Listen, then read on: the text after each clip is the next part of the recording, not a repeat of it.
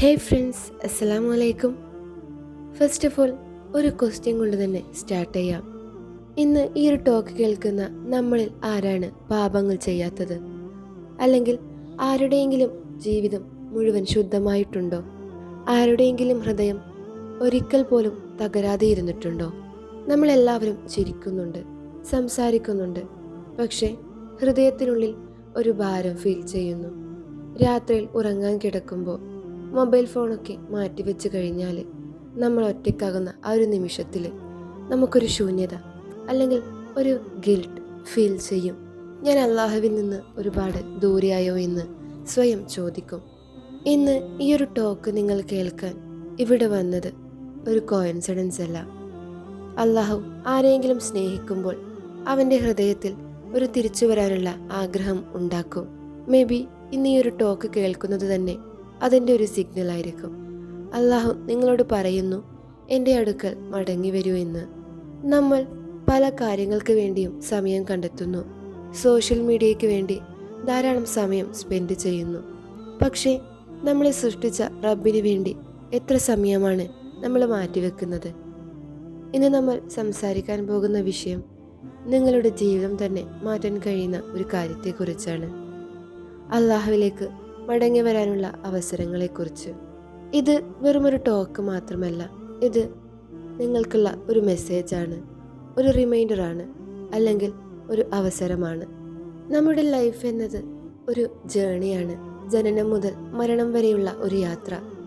എന്നാൽ ഈ യാത്രയുടെ ലക്ഷ്യം എന്താണ്? പഠനം, ജോലി, സമ്പത്ത് എന്നത് മാത്രമല്ല. അള്ളാഹു നമ്മളെ സൃഷ്ടിച്ചത് അവനെ ആരാധിക്കാൻ തന്നെയാണ്. ഖുർആനിലൂടെ അള്ളാഹു പറയുന്നുണ്ട്, ജിന്നുകളെയും മനുഷ്യരെയും ഞാൻ സൃഷ്ടിച്ചതിൻ്റെ ഉദ്ദേശം അവരെന്നെ ആരാധിക്കാനാണ് എന്നാണ്.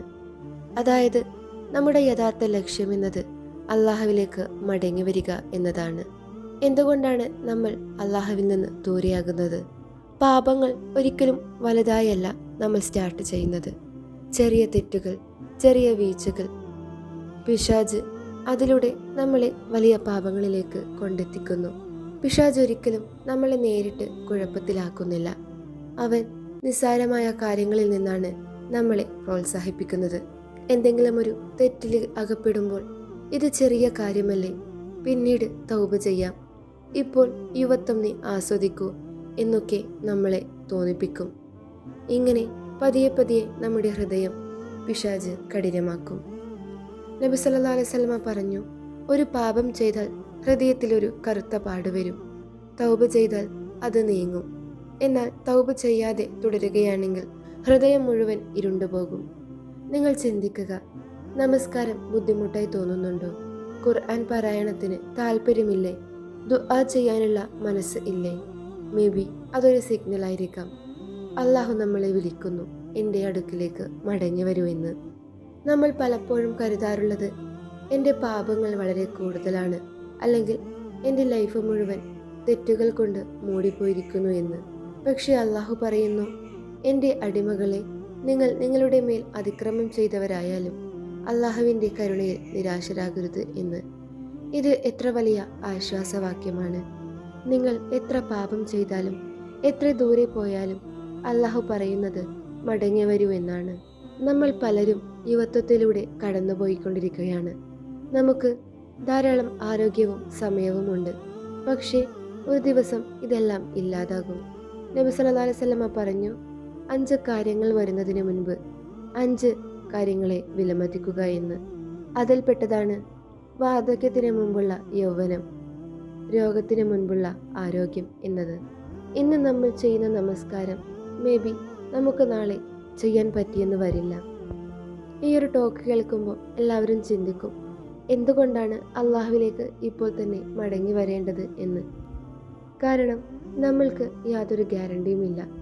മരണം എന്നത് പ്രായം നോക്കിയല്ല വരുന്നത്. ഇന്നലെ നമ്മളോടൊപ്പം ഉണ്ടായിരുന്ന എത്ര പേർ ഇന്നില്ല. നാളെ നമ്മളുണ്ടാവുമോ അറിയില്ല.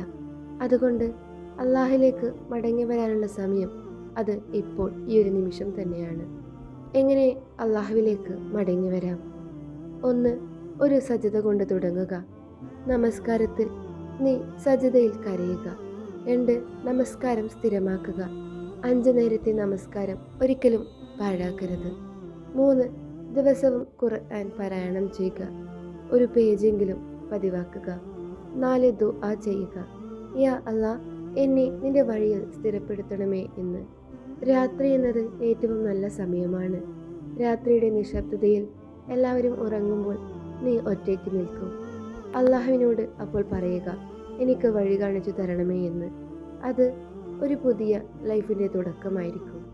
ഒരു അടിമ തൗബ ചെയ്താൽ അള്ളാഹു അതിലേറെ സന്തോഷിക്കുന്നു. നമ്മൾ ഒരു പടി അള്ളാഹുവിലേക്ക് അടുത്താൽ അള്ളാഹു 10 പടി നമ്മളിലേക്ക് അടുക്കും. ഇത് എന്തൊരു മഹത്തായ അവസരമാണ്. ഫ്രണ്ട്സ്, നിങ്ങളുടെ പാപങ്ങൾ അത് നിങ്ങളെ വിലയിരുത്തുന്നില്ല. എന്നാൽ നിങ്ങൾ ചെയ്ത തൗബയാണ് നിങ്ങളെ വിലയിരുത്തുന്നത്. ഇന്ന് നിങ്ങൾ എങ്ങനെയാണെന്നത് ഇമ്പോർട്ടൻ്റ് അല്ല. നാളെ നിങ്ങൾ അള്ളാഹുവിൻ്റെ അടുക്കലേക്ക് മടങ്ങിയാൽ മതി. ഈ ഒരു ടോക്ക് കേൾക്കുന്ന ഈ ഒരു നിമിഷം മേ ബി അതൊരു സിഗ്നലാകാം. അള്ളാഹു നിങ്ങളെ വിളിക്കുന്നു, എൻ്റെ അടുക്കലേക്ക് മടങ്ങി വരൂ എന്നൊരു റിമൈൻഡർ. നിങ്ങൾ അള്ളാഹുവോട് ദുആ ചെയ്യുക. യാ അല്ലാ, എൻ്റെ ഹൃദയം ശുദ്ധീകരിക്കണമേ. എന്നെ നിൻ്റെ വഴിയിൽ സ്ഥിരപ്പെടുത്തണമേ. പാപങ്ങളിൽ നിന്ന് എന്നെ നീ രക്ഷിക്കണമേ. തൗബ ചെയ്യുന്ന ദാസന്മാരിൽ എന്നെ നീ ഉൾപ്പെടുത്തണമേ എന്ന്. അസ്സലാമു അലൈക്കും റഹ്മത്തുള്ളാഹി തആല വബറകാതുഹു.